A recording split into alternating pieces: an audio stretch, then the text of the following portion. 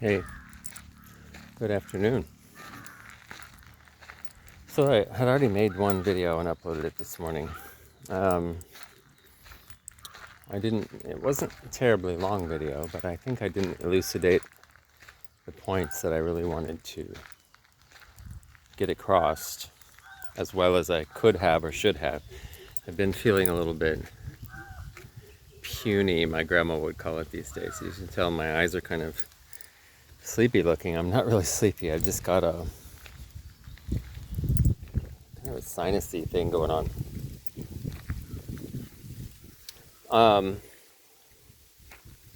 The point being about taking your indriyas, your senses, your sense organs, and pointing them, directing them inwardly, so that you get a feeling of where you stand, how you feel in the world, from a deeper inner perspective. I really wanted to bring it around to yoga a little bit more fully than I had.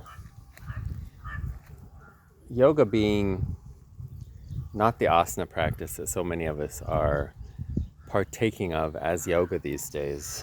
Asana practice is a part of yoga, and in most cases it's a very large part of yoga these days. So I'm not poo-pooing asana practice. I do it. I've done it for 25 years.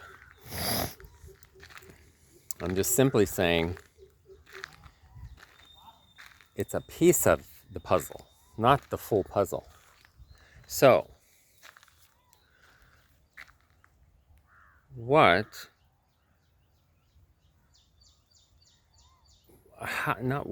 is the wrong word? How did we get it turned around to focus on the asana so much? When the first beginning of the sutras, if you read the Patanjali's Yoga Sutras, there's a lot of debate about them, if they were written by one person or by several people and compiled by someone named Patanjali. Patanjali is more like a nominative, like a kind of a title than a name. If you study all that, this video is not about that. You can read about that if you would like to. But the first sutra of the first pada says Athayogānuśasanam. Athayogānuśasanam. Atha means now. Yoga, now is the time for yoga. Now, Anushtana is a continuous practice. Now is the time for a continuous practice of yoga. Now is the time. Doesn't mean this is the beginning of the dissertation about this. It means now, the present moment, this exact second, this exact minute is the time when we're meant to be in yoga, in the present moment. Not like if I'm contemplating it, then I should be doing it now. Now is the time. Now. Rather than putting it off and thinking about it later. If I'm doing and thinking about things about having to do with yoga now, I am contemplating and digging into the yoga now. Second one says, Yoga Chitta Vritti Nirodha. Yoga, Chitta, Vritti, Nirodha. Chitta is the mind, Vritti is the fluctuations of the mind. Chitta is the consciousness. Vritti is the fluctuations of the consciousness.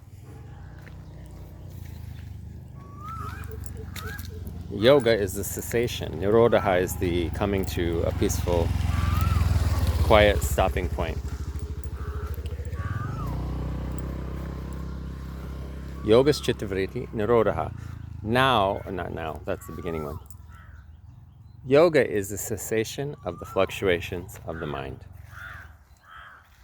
That's what yoga is.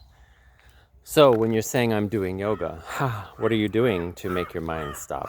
So you're doing something. You're not doing yoga. Yoga is the effect.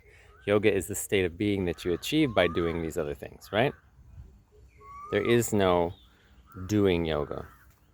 You can achieve yoga by doing asanas, by doing pranayama, by doing all the things laid out in the Ashtanga 8-limbed system.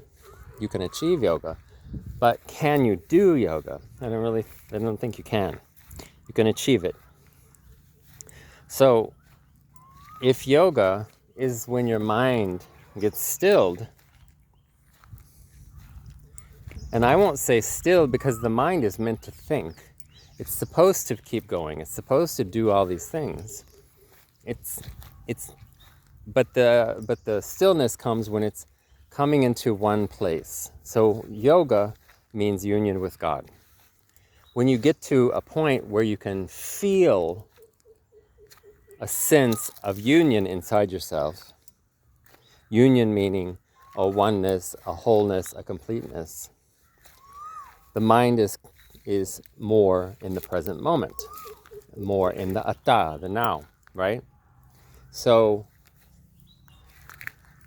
if we're doing asanas, and the very popular asana practices these days, Iyengar and Ashtanga and Kundalini Yoga and all these things, if we're doing one of these and it becomes a daily practice and we achieve a state where we feel a sense of oneness within ourselves and a sense of connection with everything outside of ourselves,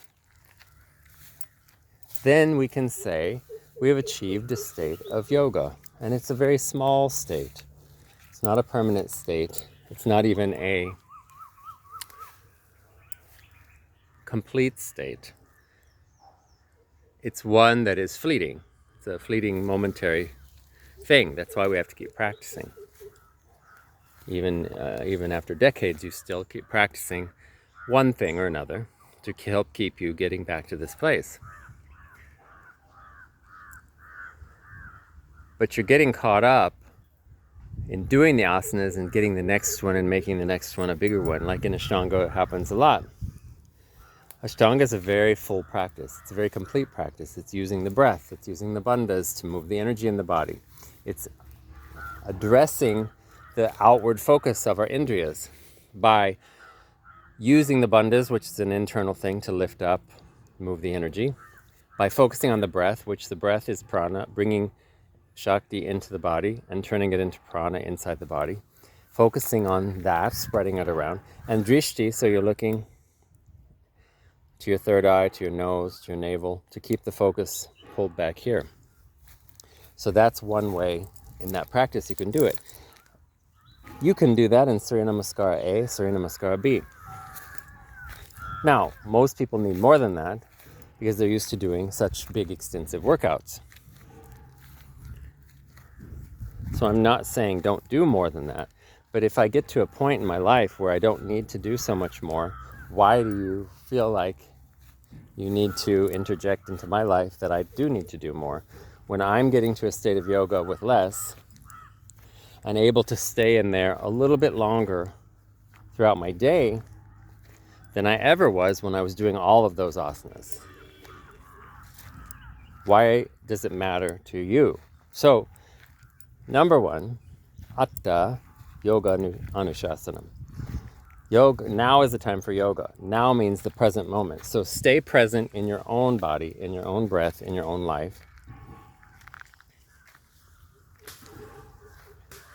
And focus there, not on what other people are doing. That's none of your business, right? So why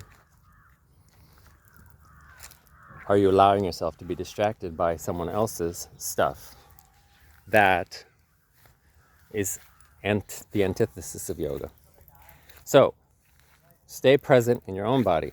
Stay present in your own mind. Stay present in your own breath, in your own life.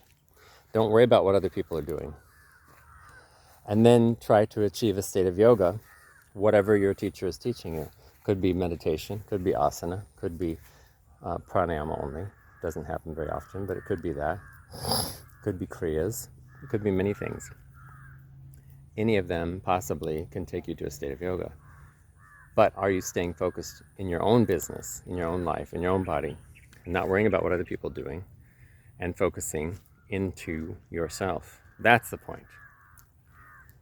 And that's an important point. It's something we have to think about. Okay? So that's all I had to add to that last video. Make a separate video. Okay? Have a great day. Ciao. Talk to you soon.